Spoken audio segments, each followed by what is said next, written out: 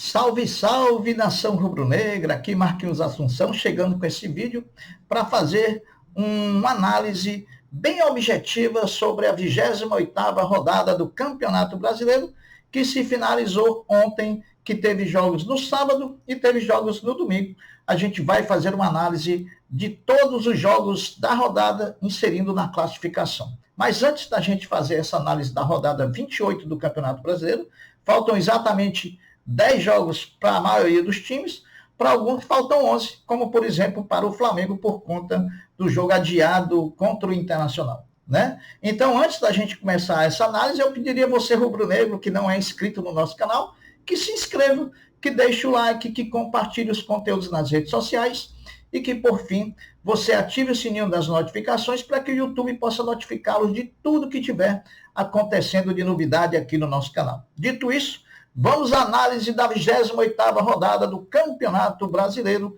edição 2024. A 28ª rodada do Campeonato Brasileiro teve todos os jogos disputados entre sábado e domingo, onde 2 partidas aconteceram no sábado, Palmeiras e Atlético Mineiro, Botafogo e Grêmio, e 8 partidas aconteceram no domingo. Nós vamos pela ordem.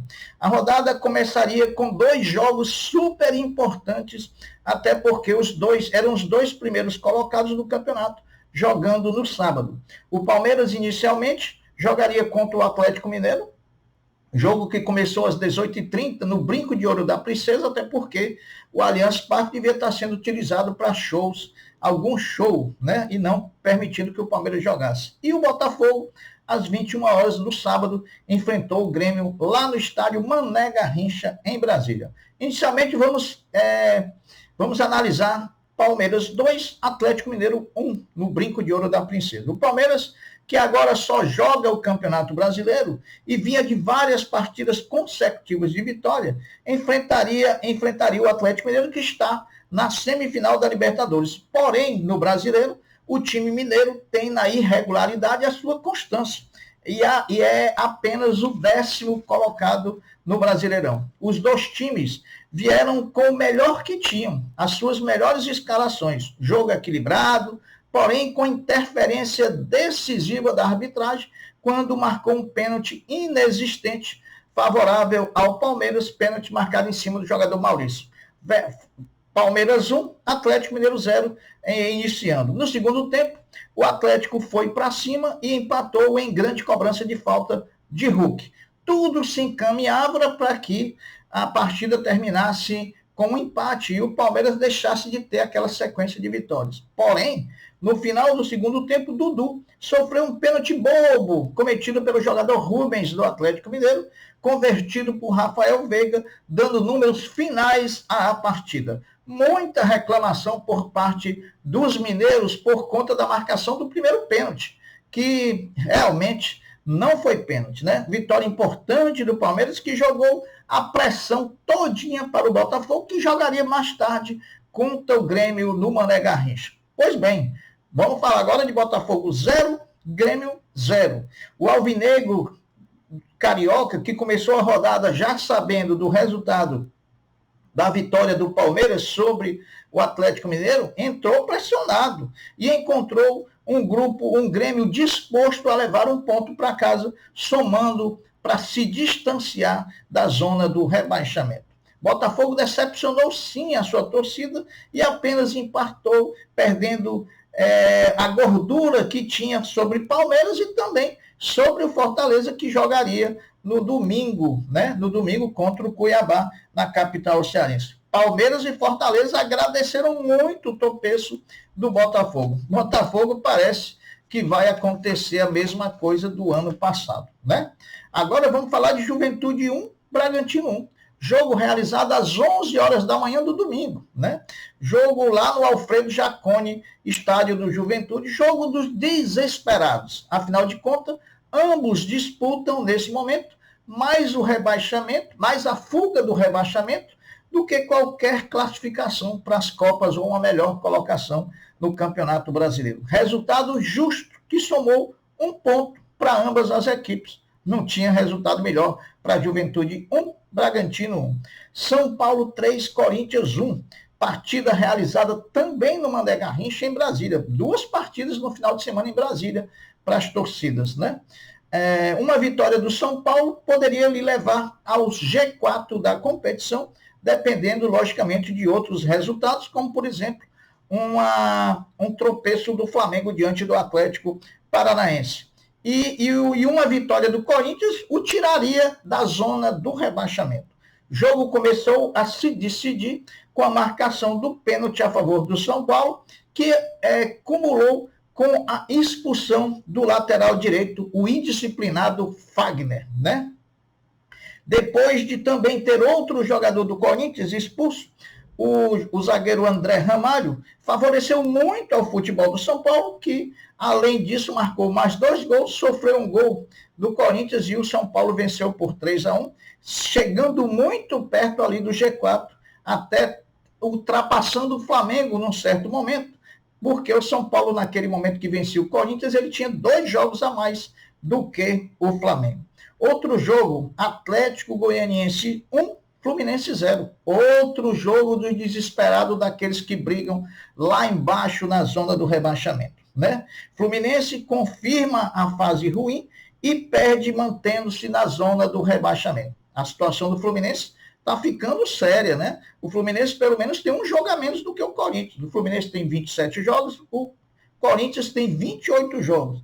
Vitória anima ainda o Atlético Goianiense, que pode aí sonhar em buscar uma reação. Difícil, porém, é possível, pessoal. É possível. Em 2022, eu vi o Fortaleza, que passou o primeiro turno todinho do Brasileiro na zona do rebaixamento, virar para o segundo turno, fazer a melhor campanha no segundo turno, chegar em 4º lugar no campeonato, garantindo vaga direta na Libertadores da América. Então, tudo é possível. O 6º jogo da rodada, Fortaleza 1, Cuiabá 0. Jogo que eu fui e presenciei em loco, lá no Estádio Castelão, na companhia do meu grande filho Guilherme. Fortaleza iniciou a partida já sabendo do tropeço do Botafogo e da vitória do Palmeiras. Precisava da vitória para se manter vivo e na cola dos primeiros colocados, né?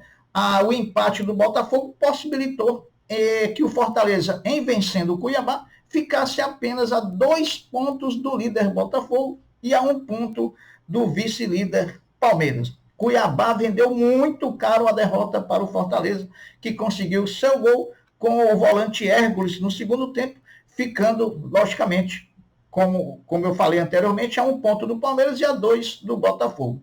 Não subestimem o Fortaleza. Fortaleza está jogando todas as suas fichas no Campeonato Brasileiro. Eles têm mais 4 jogos dentro aqui de Fortaleza, do Castelão, e inclusive contra o Flamengo, e o pensamento é vencer todos os 4 para realmente brigar por pontos lá fora de casa. Internacional 3, vitória da Bahia 1. Depois de uma sequência de várias vitórias e de um empate contra o Bragantino na última rodada em jogo atrasado, o Internacional retornou o caminho das vitórias com uma grande exibição do atacante Wesley, ex-Palmeiras e Cruzeiro. Vitória mesmo com a derrota, o Vitória da Bahia, mesmo com a derrota, manteve-se fora do Z4, por conta das derrotas de Fluminense e também de Corinthians. O Inter encostou ali, vai brigar também com o Flamengo pela 4ª posição, pela garantia de estar na Libertadores de forma direta. Então, aquele jogo atrasado do Flamengo contra o Inter virou uma decisão para ambas as equipes. Cruzeiro 1, Vasco da Gama 1.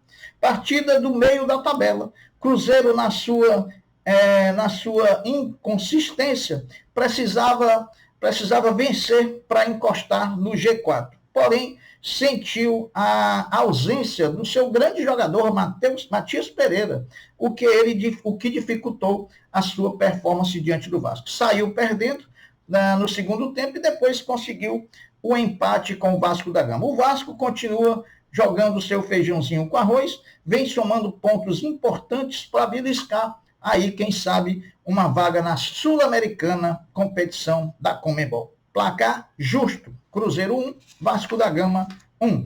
Bahia 1, Criciúma 0. Bahia buscava a vitória para voltar a pensar em G4 e assim o fez. Não com facilidade, mas com muita dificuldade por conta do Criciúma por conta da posição do Criciúma. Achou um gol com caule, porém perdeu Everton Ribeiro pelo terceiro amarelo contra o Flamengo, próximo jogo do próximo sábado. Lembrando que na próxima rodada, a 29ª, nós vamos ter jogos quinta, sexta, sábado, até porque domingo é um dia de eleições gerais no Brasil, então não vão haver jogos pelo Campeonato Brasileiro. Portanto, para o próximo sábado em Salvador contra o Flamengo, o Bahia não vai poder contar com o Everton Ribeiro suspenso pelo terceiro cartão amarelo. E o último jogo da rodada, Flamengo 1, Atlético Paranaense 0. Time do Flamengo e Tite sob muita pressão da torcida por conta da eliminação da Libertadores da América para o Peñarol. Time misto em campo, apenas 4 jogadores que foram titulares contra o Peñarol estiveram em campo. Rossi, Gerson, Plata e Léo Ortiz. A partida, o desempenho novamente não foi bom. O Flamengo achou um gol com Gerson aos 46 minutos do segundo tempo, quando nem propriamente a torcida do Flamengo acreditava mais nesses 3 pontos, mas que vieram em boa hora, garantiram o Flamengo no G4 da competição e ainda aí com alguma possibilidade. O Atlético Paranaense, que também não veio de performance boa, pelo contrário, no meio da semana foi eliminado na Sul-Americana pelo Racing da Argentina, suportou até onde deu, mas no fim não resistiu. Tem também jogos a menos, mas tem que abrir o olho por conta do rebaixamento. Lembrando que esse resultado, mesmo com esse resultado do Flamengo de vitória sobre o Atlético Paranaense, resultou na demissão, nessa segunda-feira pela manhã, do treinador Tite do time do Flamengo. Agora, uma análise geral da 28ª rodada do Brasileiro. Tropeço do Botafogo diante do Grêmio trouxe definitivamente Palmeiras e Fortaleza para a disputa do título.